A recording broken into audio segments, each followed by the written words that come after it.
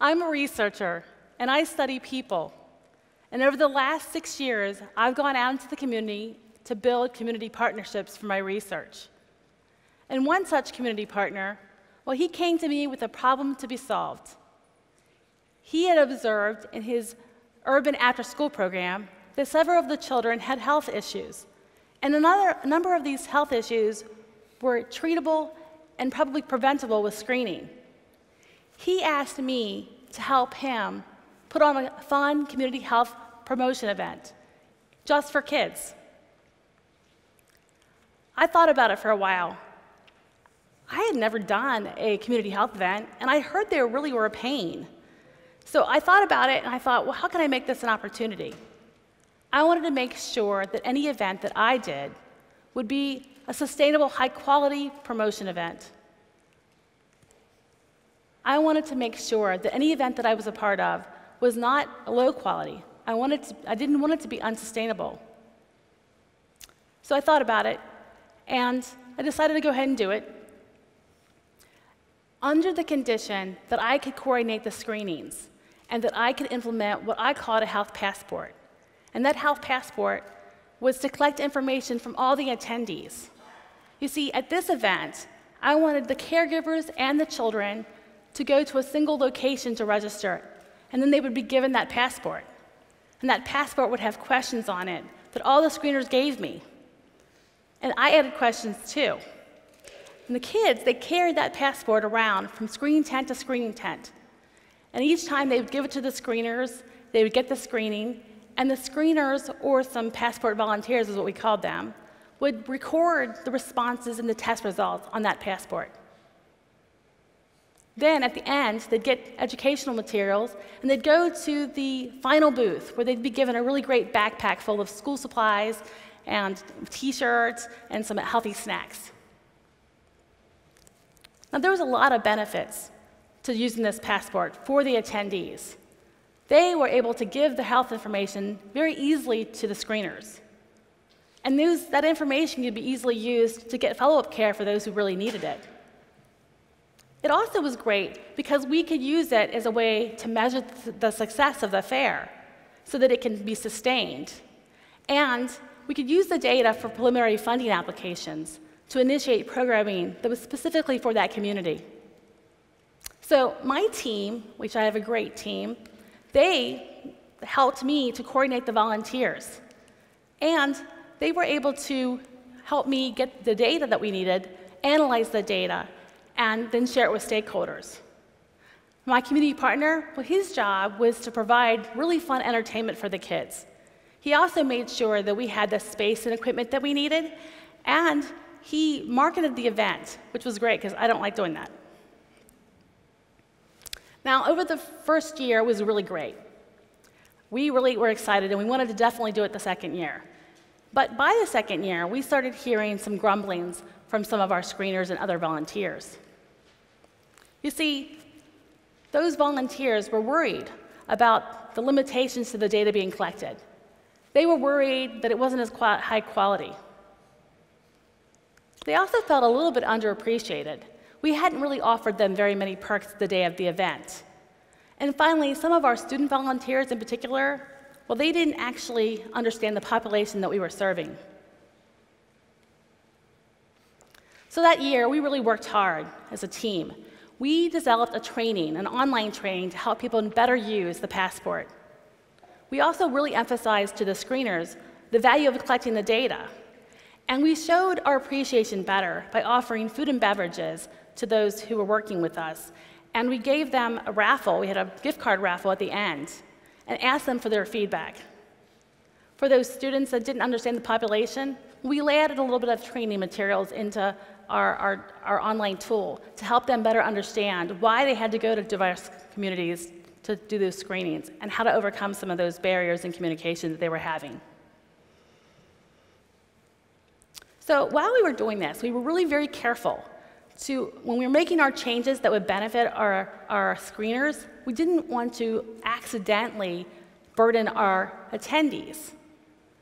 We also didn't want to have entertainment that distracted. What we figured out is that if the stuff we were having was too fun, then they wouldn't actually go to the screeners. And we really started emphasizing to our screeners the need to facilitate follow-up care rather than simply waiting for the folks to come to them. In the end, what we figured out was that attendees' experience and volunteer experience were both important. And at that time, I was working with a group called Polarity Partnerships. And through that work, I learned that this pair of values are actually called a polarity. So what is a polarity? Well, according to my mentor and friend, Barry Johnson, who's had over 30 years' experience in this area and is the co-founder of Polarity Partnerships, polarities are interdependent pairs of values or points of view that are seemingly unrelated and different, competitive or even opposing, but that need each other over time to achieve outcomes that neither can achieve alone. How do you know if you have a polarity? Well, if you have a cycle of problems and fixes, and your fixes just don't seem to fix, and over time those problems keep re-arising, sometimes 5 days, weeks, months, or even years later, then maybe you should consider that you have a polarity and not a problem. Once I realized that we had a polarity, I also realized that there's an energy between the polarities. This energy is really represented by an infinity loop. The energy is there whether or not we recognize it. And indeed, it is unsolvable, unavoidable, indestructible, and unstoppable. But importantly, it's leverageable if you know about it. When you know that you have a polarity, you can map it. And when you map it, you can better achieve your preferred future. You can better achieve your greater purpose. And that, for us, was having a sustainable community health event that's high quality. And that's through what I call, and what Barry calls, is a virtuous loop, which is two reinforcing positive loops that connect the two polarities. The map also helps you avoid your greatest fear, which is that unsustainable, poor quality health event. And that's through a negative reinforcing loop between the two poles. Now, what's up here now is the benefits. See, a map, you can actually map out the benefits of the two poles, and then what happens is the negative results of over-focusing on one. So, for example, for us, if I over-focused on attendees' experience to the neglect of the screener's experience, then I'm going to get a negative result. And that negative result, for example, for us, could be that there's limitations to the data that was collected because there wasn't enough training for the screeners. And over time, that would lead to the attendees' experience having problems as well. Likewise, if I over-focus on the volunteer to the neglect of the attendee, I'm also going to get negative results. That might be that there's too many questions being asked, and it's not fun to actually participate in the screenings, and so the attendees might not like it. And so over time, as a consequence, the screeners too would suffer. So one of the things about seeing and mapping polarities is that you can then assess whether or not you're managing the energy between the two very well. And once you assess it, then you can learn to leverage the polarities. And learning to leverage it means that you can get the upsides of the both poles and minimize the downsides. And that'll help you plan your future better, make better decisions, smarter ones. So how do you leverage polarities? Well, for us, that meant making action steps that actually allowed us to stay in the upsides of both poles. We wanted to make sure that both our attendees and our volunteers had a great experience. We also made sure that we identified early warning signs. And those are things that would let us know when we were getting the downside of one or other pole. In the end, if we hadn't really observed that this was a polarity and we chose one or the other, we'd pay for that misdiagnosis twice. First, we'd pay by spending a whole lot of energy arguing over a solution, as if one pole were better than the other. And second, we'd pay again if one of our poles won, if the advocates for one pole wins out. Because when you have a winner in a polarity, you get the downside of the winner's preferred pole first, and then over time you get the downside of the other pole. So there are so many polarities in our lives. And for me, a really important personal one is this balance, this polarity between work and home. You see, I have a crazy life. I am a researcher. I work at Children's and at UC, and I do community research and clinical research, and I'm also an associate dean. And I'm married and have 4 sons, and they're ages 5 to 15. Crazy, right? So when I over-focus on work, which I do sometimes, I have my kids, especially my youngest, Avery. He tells me, "You're working too much. Why don't you pay attention to me?" And when he does that, I know that I need to pay attention to him, but I feel strained, and then that makes my work feel strained. Similarly, if I over-focus on home to the neglect of work, my colleagues and my superiors also take notice. They feel tension, and then they let me know it, and that makes me feel strained, even at home. The great thing about polarity thinking, and what I call both-and thinking, is that you can map out, you can first see the polarity, you can map it out, you can assess it, learn about it, and then leverage what you learn. And that has helped me to balance this polarity much better. In addition to personal polarities, there's also organizational polarities. And I work with a lot of nonprofits. And I learned that one of the really important ones for nonprofits is this mission and margin polarity. When a nonprofit overfocuses on mission to the neglect of margin, they jeopardize their financial futures and their ability to serve over time. When they may emphasize margin to the neglect of mission, however, they may not be making their employees feel so good, and they may not actually be spending the money that they need to spend. Every organization, particularly nonprofits, needs to leverage this particular polarity in order to have a successful organization. So what about the community? All communities have to manage the polarity between stability and change. This particular polarity often is seen as a problem to be solved. I'll give you an example. I work in the West End community, and I work with something called the Citizen Science Program and the Clean Team.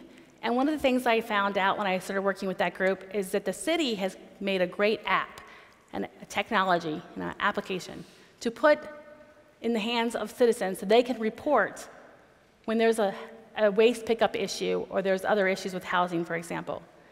And that app seems really great to me, but all communities, when they make such changes like that and have a technological advancement, need to really also focus on the people. They need to maintain relationships and enhance those relationships. Because if they don't do that, then they're going to actually resist against the change. They're going to not want to use that technology. By mapping out a polarity like this, we can see the benefits of both sides. We can see the benefit of having to build the relationship and using the technology. And we can learn about the wisdom and the resistance of those who don't want to make the change and those who do.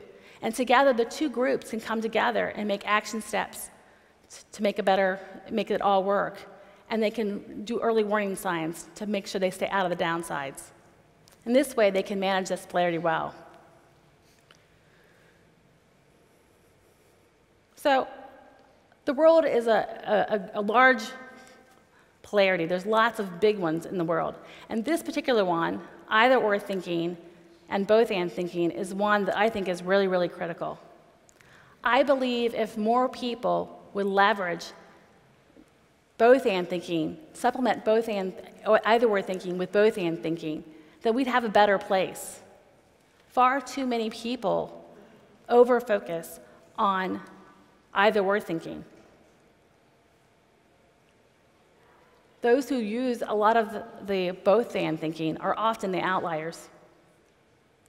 So what happens is that people, they think that there's not enough to go around. They think there's not enough for all families, rich and poor, black and white, immigrant and national, male and female. And this fear they have, it leads to resistance. And that makes them worry. They believe that basics for all is threatened by abundance for some. This underlying assumption leads them to generate resistance against efforts to provide housing and education, food, and health care to everyone. You see, lack of polarity thinking is a really big problem for all of us, because our major chronic issues of our world cannot be solved by either-or thinking. Adding both-and thinking to either-or thinking is critical. It's required.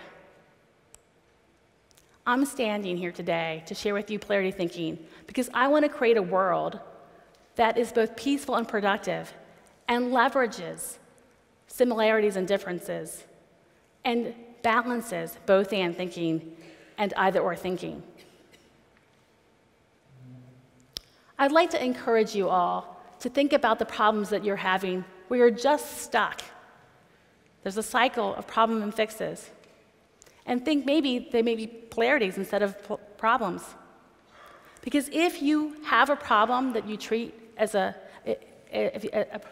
polarity that you treat as a problem to solve, well then you're going to have negative unintended consequences. You're going to miss opportunities, and you're going to have reduced sustainability. If you see polarities instead, you can get the benefits of both poles. You can get the benefits, and you can minimize the downsides, and you can achieve your preferred futures faster and more sustainably.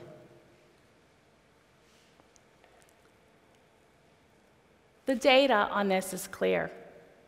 The research is clear. Leaders, organizations, and communities who use polarity thinking, or what I call both-and thinking, outperform those that don't. So what problems are you having now where you're stuck that are really polarities to be leveraged? Thank you.